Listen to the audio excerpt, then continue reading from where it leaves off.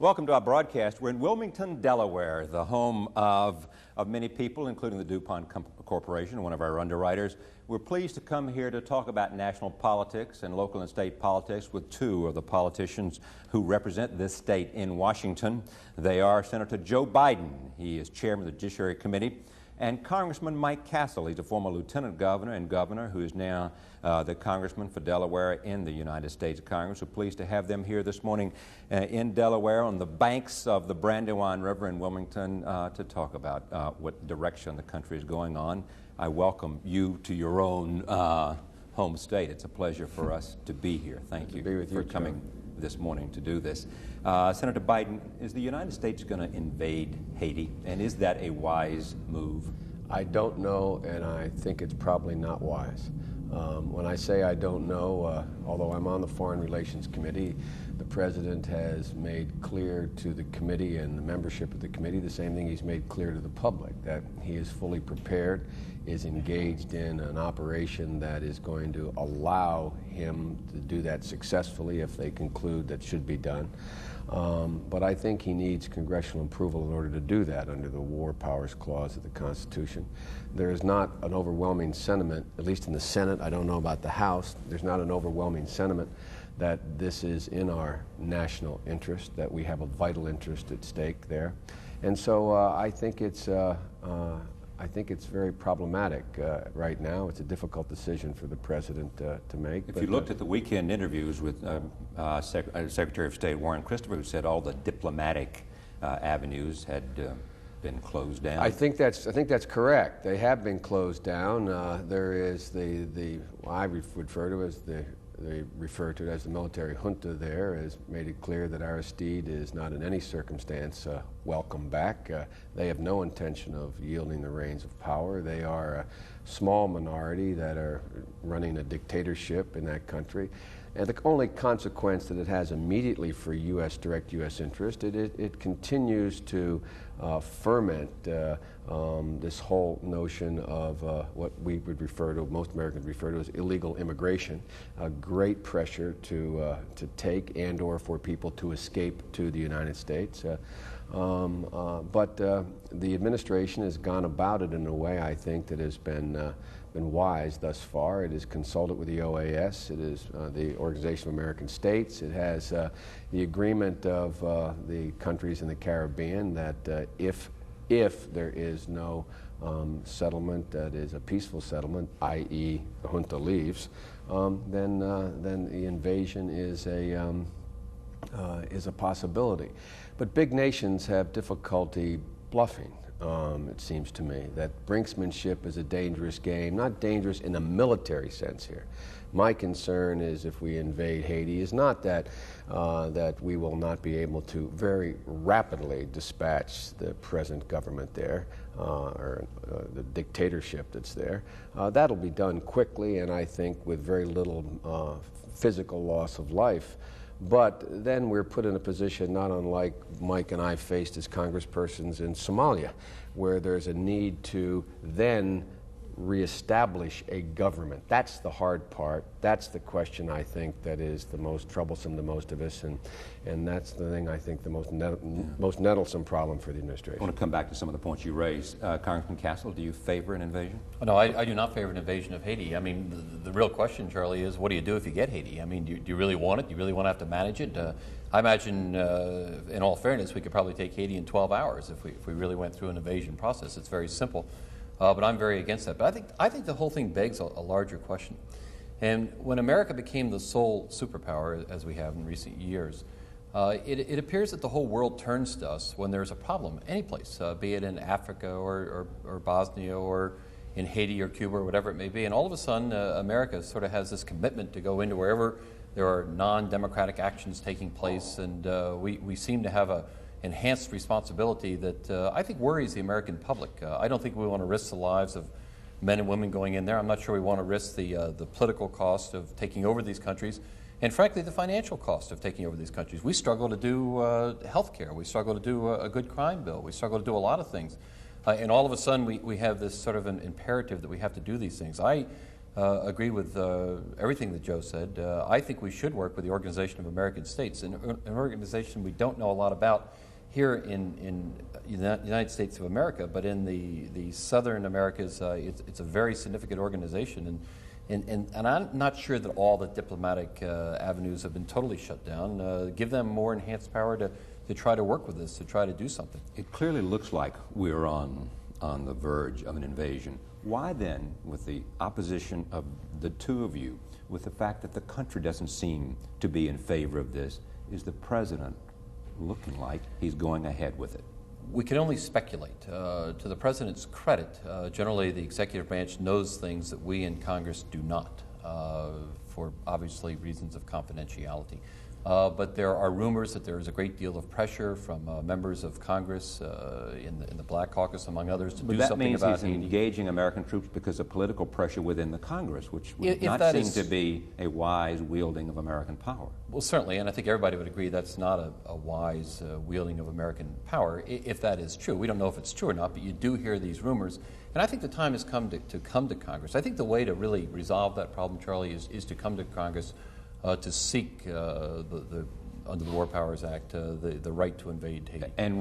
But the Congress would not deny the president that right, would it? I don't think it would, Charlie, and I think... You shook your head. I'm sorry. Yeah, I'm not too sure that I totally agree with that. That would be a very difficult thing to do, but right now, just on a popular vote in the Congress, before you get into the hard decision of denying the president that right, it would be a pretty close call, I think. I think the president has to make the case that, which is able to be made, at least theoretically, that it is very much in our interest that the situation in Haiti be resolved.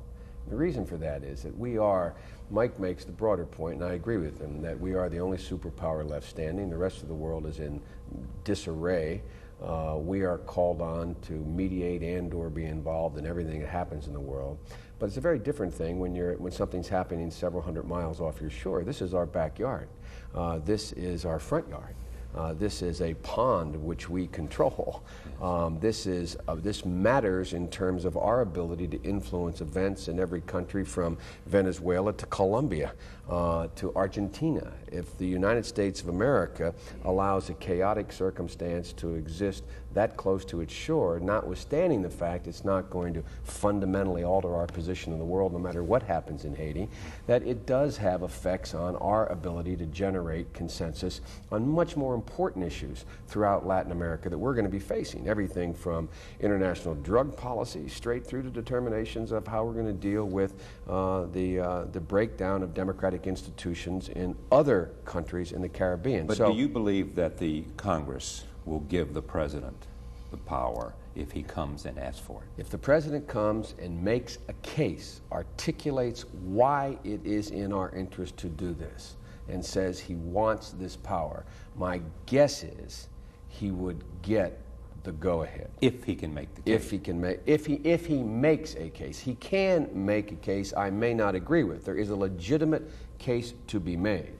I guess put another way, if the president comes with a demonstrated commitment to why he thinks this is so important that we should invade, I think the likelihood is that Congress would give him that authority. If you don't give him that authority, doesn't that weaken the president in the eyes of the world and in terms of whether the United States can be counted on to act in terms of... I think undoubtedly it weakens a presidency. I'm not sure it weakens the United States of America. I think that people need to understand that this is a country in which we don't have all of our powers centered in one person or one particular branch of government. It's in the Congress, it's in the presidency, it's in our judiciary. And my judgment is that if he did try to seek that today without further explanation, and as Joe said, make the case, he would not get it. I was speaking to people at our Brandywine Art Festival yesterday, and a lot of them stopped me and talked to me about Haiti, and they said we are simply opposed to it. He has not made the public case, much less the congressional case. And I think I would be very reluctant not to give the president what he would request in the area of war powers. But by God, if I felt that the case was not made, that's a decision I would have to make. And I have the constitutional responsibility to act in that way, I believe. Charlie, it doesn't matter much anymore. The truth of the matter is no one doubts our power. We don't have a superpower arrangement where we where there's any power in the world that the President of the United States could be turned down tomorrow on almost anything, and no nation in the world is going to say, aha, the United States is weak. No one is going to fool around with the 800-pound gorilla, and that they wouldn't fool around with it if they weren't going to do it already. So this notion, it used to be, though, when you had a situation where you had two competing superpowers and we failed to enter into a circumstance where there was a quote, third world country, where there was a competition for control of that country and a competition for them being in one camp or the other, then it had consequences that were real. Quite frankly, if we decided tomorrow to go into anywhere or not to go into anywhere, it's not going to change the calculus of NATO, it's not going to change the calculus of the Russians, it's not going to change the calculus of the Chinese, and they're the things that matter to us. The distinction between Bosnia and Haiti, for example. If some of us are right on Bosnia, that this ethnic cleansing has the potential to rear its ugly head in Ukraine and in Belarus and in the former Soviet Union, where they have major arsenals of nuclear weapons, where they have long histories of national wars, where ethnicity dominates, that is a phenomenal potential consequence to the United States. If Haiti, a god-awful thing to say, if Haiti just quietly sunk into the Caribbean or rose up 300 feet, it wouldn't matter a whole lot in terms of our interest. Doesn't the world in Europe and in Asia expect a great power to act according to some standards that they can recognize, some level of predictability, so that they understand what the United States stands for? They understand how we define our national interests. They understand so that they are willing to act. If I could just, sure, I think that's correct. I think that they do look at the United States policy and wonder, do we have a cohesive policy? Do we have lines in the sand so they know exactly what their behavior should be, or whatever it may be? And that is something that they desire. And the bottom line is that we don't. I mean, and we have not. And I'm not sure it has anything to do with who is the President of the United States. I think it has more to do with being the superpower. And the end of the Cold War has changed the dynamics of international and not understanding politics. exactly how far we should go, and has changed the dynamics tremendously. On the other hand, it's perhaps not all bad. It's sort of like being in high school, and you always fear the pitcher who was very fast and a little bit wild. It's to some degree the same thing. You know, you don't want anybody countries in mind? you don't want countries to be you know, too certain in exactly what's going on. But on the other hand, I think we really have to look at our economic policies, our military policies, our trade policies, because it seems to be a very scattered approach. What's interesting about this to me is that the president, that's probably why he stayed out of Bosnia, did not want to see young American men and women going in there and losing their life, because it wasn't in our national interest. He defined it. But secondly, he seemed to be saying, I was elected to get the economy straight. I was elected to get health care legislation passed. I was elected because people wanted some change. And he has always gone back to that in terms of defining the United States role of engagement, that was, he wanted to get our house in order first. And that it seemed to me that he had the support of the American people in making those decisions. Has anything changed with respect to Haiti? The only thing that's changed with respect to Haiti is that an objective person could sit and say, no, wait a minute. Ronald Reagan said Grenada was in our national interest. He sent troops into Grenada, gave out more battle ribbons than troops actually landed in Grenada. There was a phony thing about, I was deeply involved in that, the idea that we're saving American medical students. I mean, you know, that was a pretext for going. Nobody thought Grenada was of any consequence, no matter what happened, including the sites that were cited. I looked at all the aerial reconnaissance. But are you saying then that the only reason the president might be thinking about invading Haiti is because of politics? No, what I'm about to say is that that was, in my view, a political judgment in the aftermath of Lebanon. Here you have a different dynamic, a dynamic we're accustomed to over 200 years. You have a large group, a large constituency in the United States of America looks and says, no, wait a minute. Y'all went into Grenada for 40, 100, 70, not 500 medical students. And here there are thousands of blacks being persecuted, killed, death squads, and you're not doing anything. Clearly, Haiti is no more or less in the interest of the United States than Grenada. So what you have, for example, a leading editor of a paper in the Delaware Valley, asked their reporters to come down and talk to me and said, why is Biden so concerned about Bosnia and not about Haiti? Is it because blacks are involved in Haiti? Blacks are what at stake in Haiti, and in Bosnia they are Europeans, whites. There is that notion abroad in the Congress, in the country.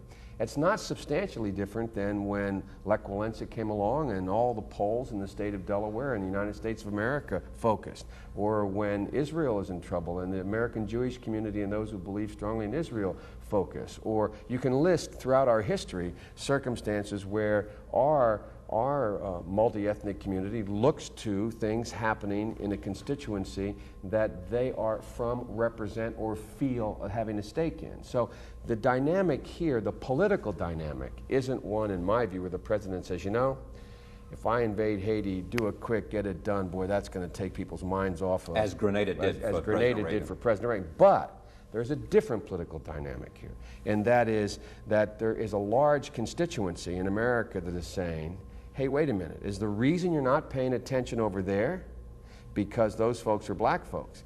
I think Somalia worked that way, don't you, Michael? I mean, in terms of how people respond. I think so. I think there's another factor in all this, Joe, that I would throw out, and that is a confidence level that people have in the president's policies. Because I think most people view Bill Clinton as a president they elected to straighten out domestic issues, because that seemed to be President Bush's weakness, and it seemed to ring a bell when he talked about health care and straightening out problems in the United States of America. And quite frankly, most of the voters I speak to are inwardly looking in terms of, they're worried about their own health, economic circumstance, their health, whatever it may be.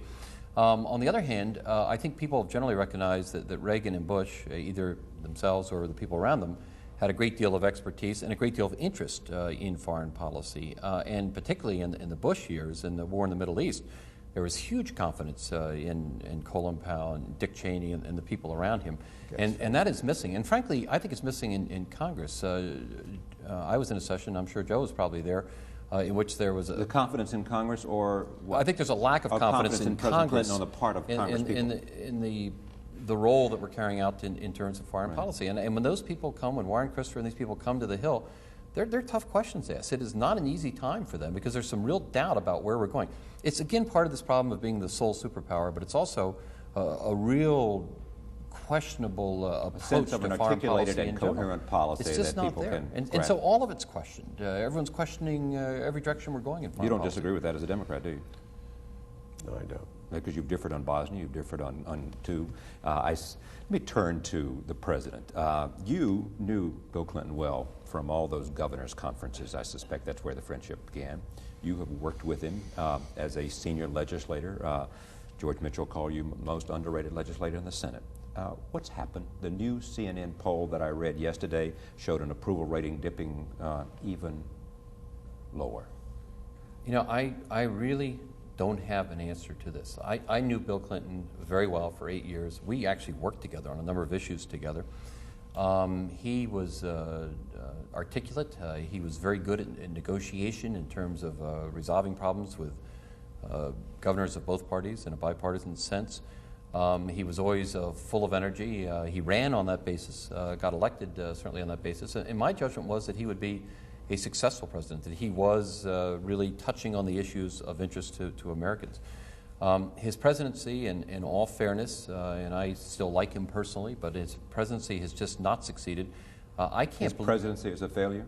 Well, I don't know if it's a failure at this point. History will probably judge that. But in terms of opinion polls, it is extraordinarily low. And I'm not talking about the CNN polls. I'm talking about the people on the street and the intensity of their feelings about this presidency. And I don't quite understand it, but I think there has been a great deal of uncertainty in terms of what direction to go.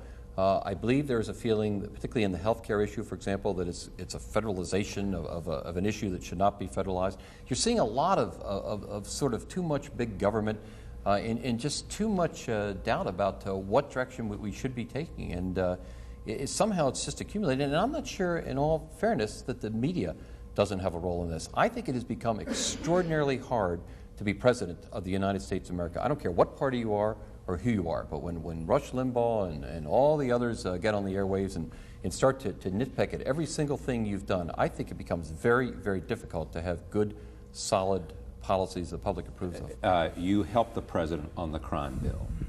You were one of the moderates who helped him get that, after that procedural loss, to come back and get the crime bill passed. What can he do now? Is it too late? Would some legislative victories change the perception of this president? I'm doing the Republican first, Senator Biden. So that No. He's doing just fine. Keep it up, Mike. I like to think I'm getting to you, Senator Biden. I'd like to think I helped Joe Biden more than the president on the crime bill, but I don't. You did, Mike. And I don't think when we come forward and help that we necessarily. I try not to think in terms of helping a president or not helping a president. I really am bothered when my own party takes a position that the president is weakened and we should not help him. If we need a good crime bill in the United States and in Delaware, I think my role is to go down there and try to do the best I can with it, just as the way Joe sees it. That sounds like a criticism of Newt Gingrich, your actually, not Newt Gingrich, because Newt was House. actually very good about all this and was actually very helpful in putting this all together. But there were some very conservative members on the Republican side who I felt no matter what you did with the crime bill were going to oppose it simply because they didn't want to give the president a win. Newt was not necessarily in that camp, but there were those who were in that camp, and that I do not like. I believe in bipartisanship. We in Delaware do work together, Has the and I think we can do it in president Washington. engaged in bipartisanship? Well, he's not heretofore, but I had a conversation with him right after that bill for about 20 minutes. The crime bill. And the crime bill. And he talked about bipartisanship, and he said, Mike, the things that happened in this crime bill should have happened before. It shouldn't have had to go this far before the Republicans had some input. That initiative has to right come from the that. White House, though, doesn't it? It does have to come from the White House, but let me just go through one thing very quickly, and that is in the House of Representatives, when you present a bill, you go through a subcommittee, you go through a committee, you go through a rules committee, you go to the floor, and you go through conference. And frankly, the people who are managing at every level of that have been there for about 30 or 40 years. They're considerably older than even we are, and the bottom line is they are just not very likely to welcome change or welcome new input. And as a result, it gets very hard to get things done. It was a pleasure to sit down with Joe and work it out at the end, but frankly, it was very hard to get to that point, and that needs to change too in Congress. Speak first. I want to talk about some legislation that you will face when you come back between now and November, but what's your judgment of this president in terms of what's happened to him since he's been in office and the polls which seem to indicate some significant absence of support from the American people? I think there's three things, Charlie. Regardless of where one comes out on the issues, I've been there now for 6 presidents. No president has attempted to make as much significant change as this president has. Whether he should or shouldn't, I think he should. He's tackled the health care issue. That's like tackling a bus going 70 miles an hour. Number one. Number Same two. result. Same Yes. result. Exactly. It is. Rolls right over you. It rolls right over you. Second thing it's done is he has tackled the deficit. These folks out here, many of my Republican friends sitting here, will find it hard to believe that this president, 3 years in a row, has reduced the deficit projections far beyond what any of the Republican administrations or Democrats thought would happen. It actually has gone down. The third thing that he's done, he's actually reduced the federal workforce. Not a popular thing to do, especially for a Democrat. Fourthly, he's decided to take on, and he hasn't done it yet, something Mike knows more about than I do, the welfare system. I'm going to get to welfare reform. All these things are incredibly nettlesome, and no previous president, including Democratic presidents, wanted to tackle them because they know the likelihood of success is remote. These aren't easy things. And if they change the nation in a very substantive way. It's not, this isn't marginal what we're talking about. So that's number one. That frightens people. That frightens everybody. It frightens legislators who don't show much courage. I mean, we go out here and we say, we want change, and the public says, yeah, we want change. Okay, I got an idea for change. Oh, wait a minute, change. You're talking real change here. I was talking to the margins. Yeah, right. I like my health care. That's right. Yeah. That's number one. Number two, he got off to a very bad start.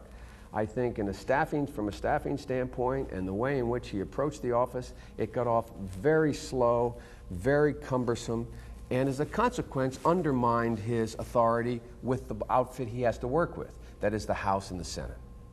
And the third thing that happened, I speak only for the Senate, I think that Bob Dole has been pushed very far to the right by my friend, and he really is my friend, old Barbed Wire Graham. He likes me calling him Barbed Wire. Phil Graham. Phil Graham. And the idea that there's going to be any bipartisanship is zero on the part of my Republican friends in the Senate. Let me give you an example. That crime bill for 6 years. I wrote that thing 6 years ago. 4 years they filibustered it. I sat down and went through this thing chapter and verse. Every single line of that bill was written with every single major Republican a part of it. I negotiated every piece with them. When it passed in November, it was called the Biden crime bill, and Orrin Hatch stood up and said, I'd like to ask unanimous consent that it be renamed the Biden-Hatch crime bill. And Dole said, I want to be a sponsor. Nothing substantively changed. It got to the House, and bango, because Phil Graham decided on the Senate side, look, I look at the numbers here. Everybody, you had programs. Everybody had programs. If he loses the crime bill on health care, his presidency's over, right? That was the headline, every paper. Right. So if you're Bob Dole trying to get the nomination from Phil Graham, and I know people have tried to get the nomination, it does bad things to you. You know, you sit there and you say, now wait a minute. Sure, I'm going to get hurt this crime. I'm not talking about the House now, Mike. I'm talking about the Senate only. If this crime bill goes down, this president goes down. I'll take a hit for that if I'm a candidate, but sure better for me to have this president dead politically than alive and kicking. And so the idea that there was any attempt on the part of the Republicans to engage in bipartisanship on this bill on the Senate side is absolutely non-existent. Now, here's the point. So the third piece here is the ability of a weakened president, who came in weak, by the way. This was a close election. He was not there was no mandate for this man. Taking on major issues, having gotten off to a rocky start, and the character issue becoming the issue for him. I mean, this guy's never gotten out from under the whitewater tide that's been pulling him. And then on top of that, a decision made, and I respected this, I understand it, I've been around long enough, that there will be no attempt at real bipartisanship unless it's clearly something that's in the interest of my party overwhelmingly, and that is NAFTA. If the Republicans did not support NAFTA, at least in the Senate, the very people who you sponsor this program and many others would say, hey, wait a minute, that'd be a little bit like the Democratic Party not supporting something Labor wanted very much. But those three factors, I think, add up to a president who is, if you look at the internals of the poll, they don't disagree with his substantive position on most of the issues when you articulate it for them. But they look at the guy and they say, I don't know that I can trust him. He doesn't seem very strong. He seems to change his mind a lot, and I don't know. They say that. I mean, that's what most people, when you try to get below, it seems to be that. I don't know what he stands for, and I don't know who he is. Or what he is. I mean, a lot of people are very concerned about... Or whether he's a liberal conservative or... Joe raised the point, and his whole background of the problems he's had. I think there is a sort of a creeping awareness of that, and there may not be one incident, but I think in the aggregate that's been a problem. People just feel that the whole Arkansas issue is out there, and they really aren't certain where he is going. But I would like to make one point, and this is in the House. I see a lack of bipartisanship the other way in the House, too, because it's under Democratic control, and those committees are strictly under the control of the old bulls, as they call themselves. There's been a long history of just rolling right over the Republicans. My judgment is, I don't care if I'm a freshman or not, or if I'm a Republican or not. I'm one of 435 members in the House, and I think that my views should be allowed to be aired. Yeah, but that was why they said that we ought to look to the Senate first, because there's more bipartisanship in the Senate on health care, but health care even in the Senate ran into Can I tell you one trouble. anecdote? I got to tell you this. Mike, I'm going to ruin his reputation here, but Don't Mike, say it on the air. Mike really did broker this change in the House, to his great credit. And I will not mention on crime bill or on the crime bill, on the crime bill, and I am eternally grateful for that, and I mean that sincerely.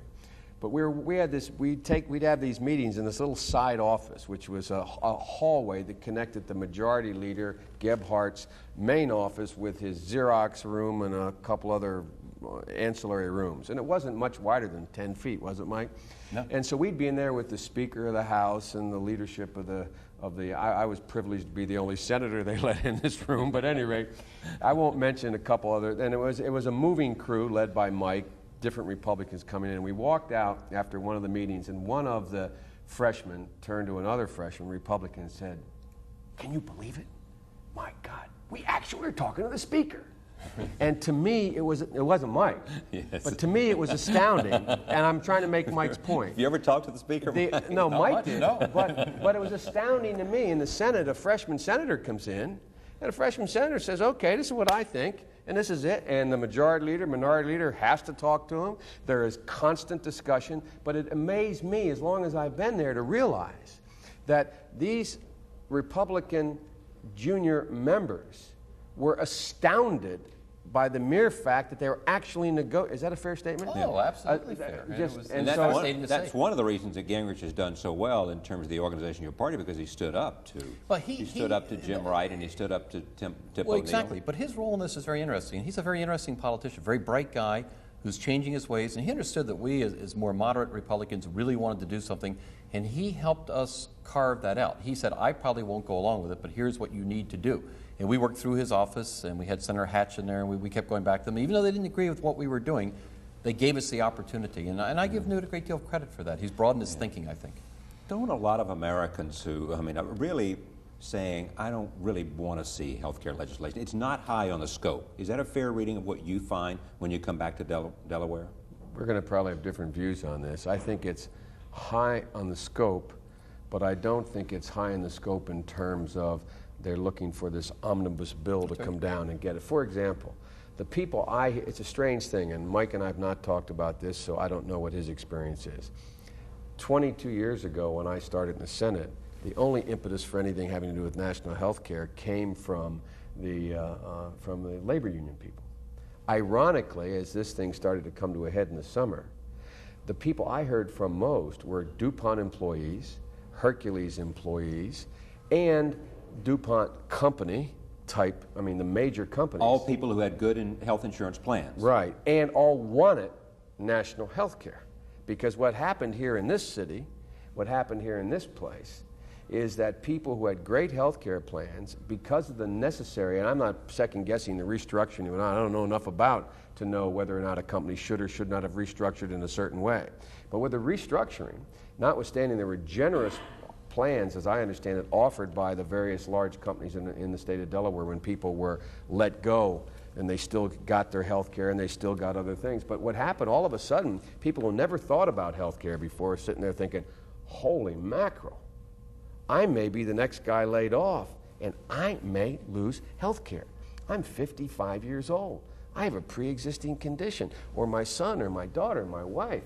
My Lord, it never dawned on me. We need some protection. Now, that doesn't translate into we need an entire federal system, but it is, I think, health care is a real concern of the people as it relates to cost, availability, and security of being able to maintain Having it. said that, do you think we'll see health care legislation before the midterm election? I think you will see, I think there's an even chance you will see a very scaled-down version focusing on several of these issues.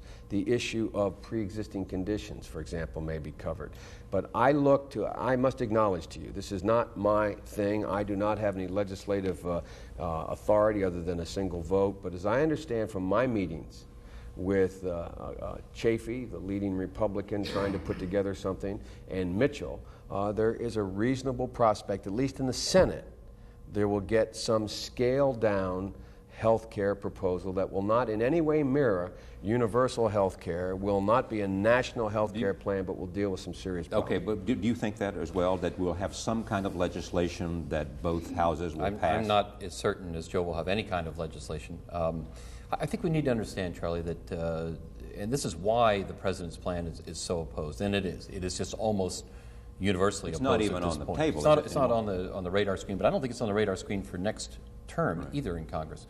85% of the people in the United States of America have some sort of insurance coverage, be it Medicaid, Medicare, insurance coverage, VA, whatever it may be. Those people realize that they're being exposed to probably the best healthcare system in the world. We also are concerned about cost containment. Even those of us who are insured are worried about the cost containment. But there's a vast majority of the people who fear that changes in health care is going to negatively impact them. So I think by far the vast majority understands that they're going to be very concerned about change. And people opposed to health care have done a very good job of making That's correct, with the small business people coming forward on the employer mandates, whatever it may be. Factor in and yet if you ask that 85%, should we have universal coverage or at least access to it, they will say yes. They feel that the other 15% should get it.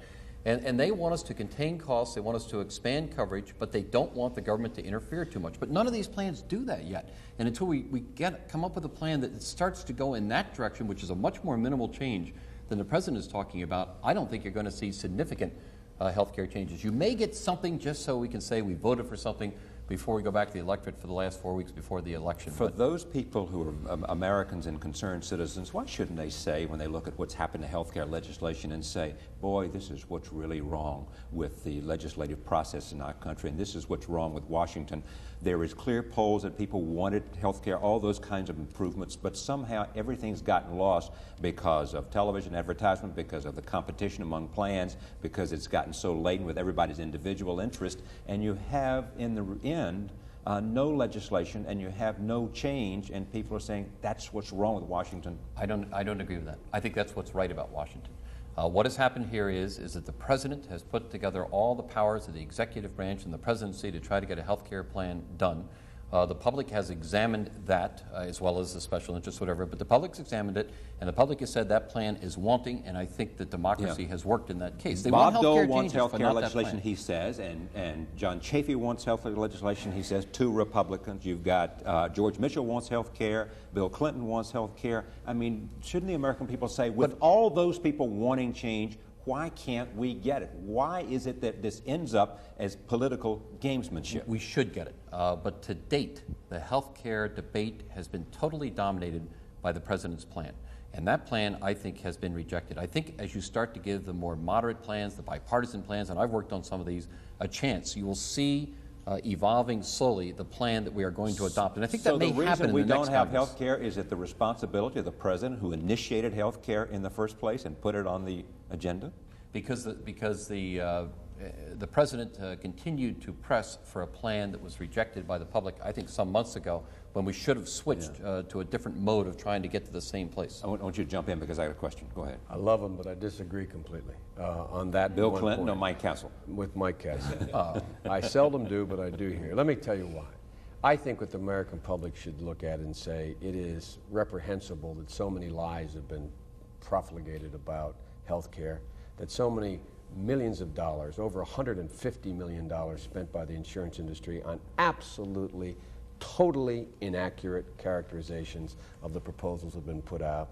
This Harry and Louise, or whatever the hell their names were, out there, incredibly effective, simply not true. For example, they had the one line where this idea about taxing plans that were preferred plans, and I turned on, and I just gone to a meeting with Republicans and Democrats about this plan, and it was not a tax like at anything portrayed in this. And it turns out, and there's this very attractive woman standing there saying, you know, Mary, what they're going to do to my health care plan, they're going to tax plans like yours and mine. We like our plans, and we're not going to be able to have them. Simply not factually true, but very effective.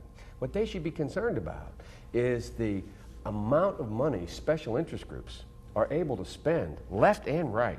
I mean, over $140 million in 3 months. That's more than on presidential campaigns. On the entirety of the money spent on a presidential campaign of both political parties in the same time frame. I'd have public financing of elections, and I'd make sure we were able to tell them all to go. Does campaign reform have a chance in the Congress? No. It doesn't. Well, Joe, I mean, let me ask a question through Charlie to you. Unfortunately, that's what I do. I wish it did. But do you support? Do you not support? But do you believe that the President's plan is the right direction for health care to go? Apart from the advertising. By the way, the advertising was on both sides. The Democratic National Committee is running ads. The insurance people are running ads. It was horrendous. I agree with you on that completely. 20 to 1. I don't disagree with you on the advertising. Right. But do you believe that the President's plan was the way to go? No, but I do believe the President's plan was right in the 4 major things he pointed out. And I don't know how you. Healthcare is like, when you get into it, it's like pushing a pillow. You push one place here and it pops out here. Well, and here's what. Go ahead. Sorry. Anyway, I think the principles laid out by the President in the State of the Union message on health care were absolutely essential and necessary. There should have been more of a willingness to compromise early on, but there's such a distrust, Charlie. Okay. The truth is there's such a distrust in? Mistrust in one another. The President and Bob Dole and the Senator Newt Gingrich in the House. There is such a distrust because there's been no will. I mean, truly, this is going to sound corny. In Delaware, if I tell Mike something, he knows, and he tells me something, or Bill Roth, or any of us in this operation, we tell each other something, you can count on it. We have very different agendas sometimes, we have very different views, and we may even be against one another sometimes. But that's how it was when I first got to the Senate. And in the House, when Bob Michael spoke to Tip O'Neill, it was done. Do you think if George Mitchell and Bob Dole went into a room and somebody said, don't come out until you got a piece of health care legislation that will pass the Senate, they could have done it? They could have done it if Bob Dole wasn't running for president. That's the end. Because Bill Clinton makes the point, the president says that every time I take a step forward towards Senator Dole, he takes 2 steps backwards. And therefore, my efforts at bipartisanship to do something to get health care legislation has not worked. I think we need health care changes. Do you agree with that or not? I do. The president really has reached out. Yes, I think politics when he realized his plan was in trouble. Politics and partisanship, Charlie's entered into this tremendously, and there's no doubt about that in my mind. On the other hand, and I don't disagree with Joe, I think the president's principles, which he laid out, are the exact right principles. We should go to universal health care. We should try to contain costs. There's a lot of things we have to do. It was the plan behind it that I criticize. That's where I have a problem. And I think apart from the partisanship and apart from the advertising, all of which is dubious. Can we afford universality? We can. At 94%? No, we can afford. First of all, we need to understand what universality is. We need to understand that our coverage is really more than 85%. We have all kinds of other public programs that do it. There's a misunderstanding of what is out there right now. We are much closer to universal health care than some people realize. I think we could build on that system and start to approach the 90s, which is about as high as you're going to get in the 95, 96 percentile. And I think that we could do that. So yes, I think it's doable, and I think it's doable for a lot less costs than we've seen on the table so far. I need to move on. Do you think the president should sign legislation that does not have that's way below, say, the Mitchell plan or the Chafee plan? It's kind of a half a I'm one of level. only 6 members of the United States Senate who has not supported any of the health care plans that have been offered. And I am one of only 5 Democrats who, when the president said, I held up his veto pen, that I said after that was a serious mistake. I think the president should promote, sign anything that he believes in a substantive way enhances the coverage for Americans of their health care system. And will it be politically wise for him to do that because they've got that clip of him holding up the pen in the same way that George Bush said, read my lips? It will be. I think in the end, the people are a lot smarter than we think they are. If on the merits of that legislation it is good and they perceive it to be good, he will be rewarded for signing it, and he will not be. It will be used as a political effort to point out he did. Well, some make the other argument. They're saying he should not sign it and he should run against the Congress. I tried. If it's a good health care plan, he should take the exact same pen he was going to veto it with and sign it with that pen and say, this is better than nothing, and it's not what I wanted, but I realized I made a mistake when I made the statement I was going to veto. But you don't think he'll have that opportunity, do you? He may or may not. I think it's more likely he won't. If he does, it's going to be, I think, rather minimal. It's only 4 weeks that we're going to be in session. I don't think he will likely have that opportunity. I think there's at best an even chance there will be an incremental positive change this Congress. If I were advising the president on this issue, and I do not attempt to do it on this issue because I don't know this issue like I think I know other issues. I would say to the president, go out there, if there's a positive change made, endorse it, say this is a first step, this is a long process, we've been fighting this for 40 years to deal with getting and move on. Let me just turn to politics one more time with respect to the consequences of all the things we've been talking about in terms of the president's image and how people perceive him, in terms of the Congress, in terms of the unlikelihood of health care legislation, the fact that you had crime legislation and it got a lot of focus, the fact that welfare reform is not obviously coming through in this session. Do you expect that the voters in 1994 will elect a majority of Republicans in the United States Senate so that you will no longer be chairman of the Judiciary Committee? So help you God. The answer to that question is I do not believe so. But it'll be close. My prediction is that like all off years, we will lose this. We have 56 Democrats. If I had to guess, I would say we'll have 54 Democrats when it is all over. But it is as likely that we could lose the Senate if every race broke the wrong way, and like it did in '80, as it is for us to actually have a net increase of 1 if every race broke What's the your wrong best way. guess? I mean, you're My a guess politician. is I'd say we end up with 54 United States senators who are Democrats instead of 56. But this is That's only a loss of 2? yes. Okay. What do you think? The Both in the Senate pundits, and the the House. ones who really think they know what they're talking about, Don't. usually they don't, and I usually don't when it comes to political predictions, predict 3 to 7. 3 to 7 in the Senate. 3 to 7 So a gains by 7 the Republicans in the Senate. 7 would give them a majority, right? And 7 would give them a majority. I doubt if it will go to 7. Right. But I think it could be close enough that there'll be a working majority, if you will, working with some of the conservative Democrats. And that gets very tricky. Now, over in the House, where we have 178 Republicans, and you need 218 out of the 435 for a majority, we look at a gain of around 20. And most of the experts are saying between 16 and 25. Right. Newt Gingrich says between 15 and 75. 75, does he? And he's not all wrong, Yeah. because if somehow there was a whole title change, right now I think it's individual races still with a little bit of problem with the president, but if somehow people really got upset with the Democrats, which I don't think they really are at that point yet, and just voted Republican, then you could see much greater changes. This is not like a Watergate year where Right. you had but that and kind the of reason you're going overturn. to pick up at least the 15 or 20, I think, Charlie, is mostly in the South. A lot of the conservative districts where old-time Democrats are retiring. Those people are now voting Republican. You're going to see that. And then there's some individual races. So I would guess that the number of 20 is probably a pretty fair number for gains in the House. And again, that gives you an unusual situation where with very conservative Democrats, even though the Republicans don't control the committees and the system, the votes for such things as line item veto and balanced budget amendment and some of the more conservative votes in general are going to start to pass, I think. Can I make a very brief point?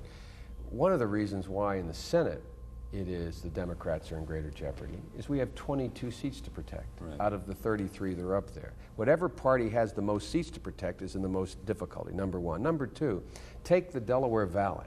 Delaware, Pennsylvania, and New Jersey. Not a single one of the incumbent senators is viewed as a sure win.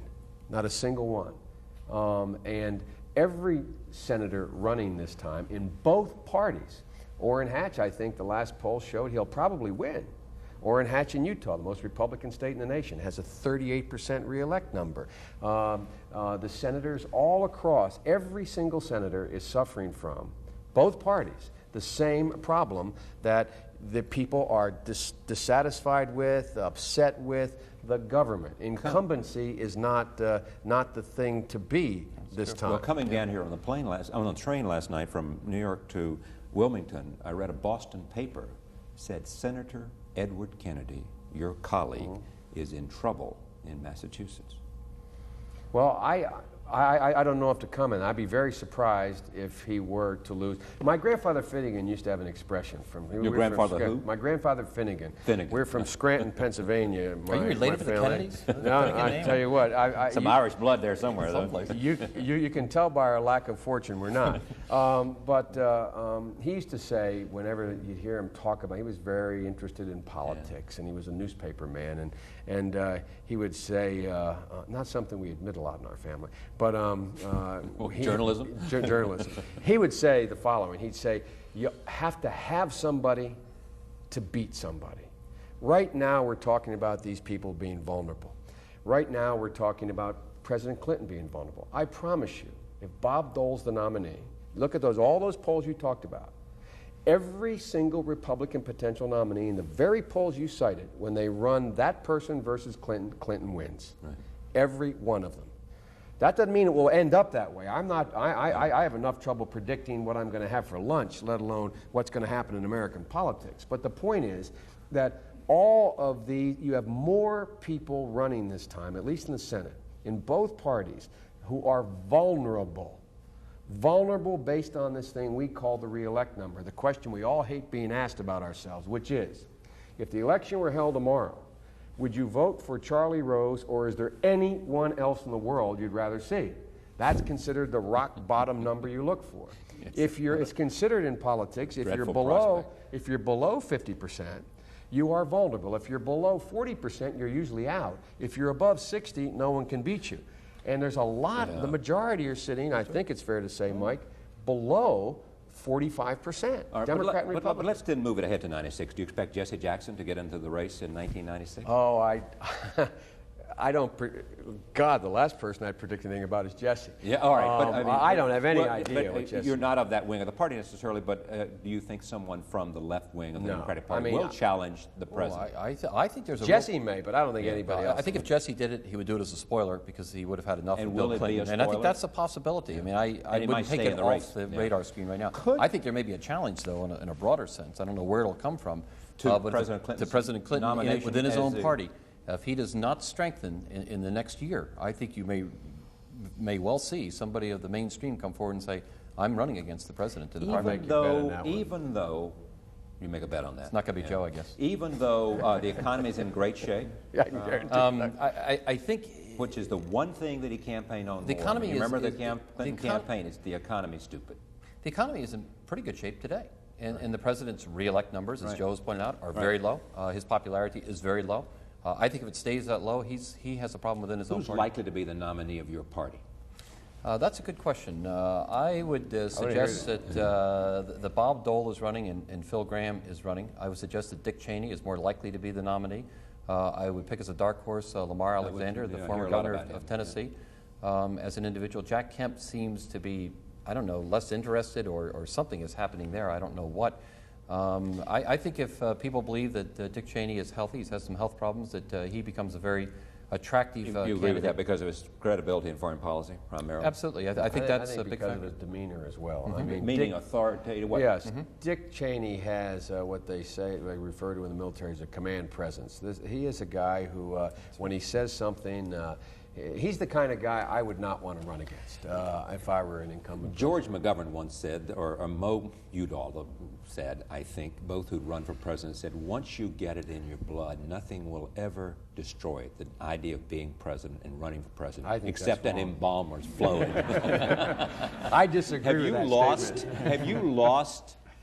I want to make it clear, although I do not have an interest in running for president, when they did the craniotomies, they did not embalm me. I want to get that in the record. So. What I have found for me, you have not given up that dream. No, yes, I have. I don't have that dream. One of the things that happened to me subsequent to running is I was in a very difficult situation where I was in the hospital a long time, and it gives you a different perspective. I don't plan like that anymore. I'm not running for president. Well, do you want to ask me any questions? Okay. Ask him about the Senate. I'm going to get to it. Do you want to succeed when Roth decides to retire? Do you want to be in the Senate? I don't think that's the question Joe wanted to ask. Is the House not good enough for you, Mike? Actually, the House is good enough for me, and I have enjoyed it immensely. I enjoy the people in the House, and people ask me a question. All in all, the 6-year term is a wonderful thing because you can plan without having to worry about getting reelected and raising money from your supporters. Do you want to be a United States Senator? I enjoy representing the people of Delaware. That sounds like he's screaming. But I really enjoy the House, and if the opportunity arose, perhaps. Perhaps. All right. One quick question, because I'm out of time. Could someone who's an independent like Colin Powell be elected president in 1990? Colin Powell could, but nobody else in the country. Colin Powell, running as an independent, could be elected. Not as independent, probably. Okay, but Colin Powell, taken from the outside into one of the mainstream parties, could be elected. We had a chance to talk about a lot of things, and not all the things, including the baseball strike and whether the president should have done more, and whether you think baseball should have an antitrust exemption. I'm not certain. That's in my committee. I know it is. That's why I'm asking. You're not certain. I've looked at it. My concern is the consequences of lifting that exemption have such a rippling effect that I don't think we've done. That's why I'm going to be holding extensive hearings next year on that very subject. I thank you, Senator Biden. I thank you, Congressman Kaplan. It's a pleasure to be in Delaware, here on the banks of the Brandywine, and in Wilmington, this great city. And I thank all of you for joining us here this morning. My thanks to WHYY, Bill Osborne, and all of our colleagues there for helping us come here. My thanks to the Hagler Museum and to all the people at DuPont who helped us come here. I thank all of them. It's a pleasure to be in Wilmington, Delaware, and we look forward to seeing you again tomorrow night from New York City. See you then.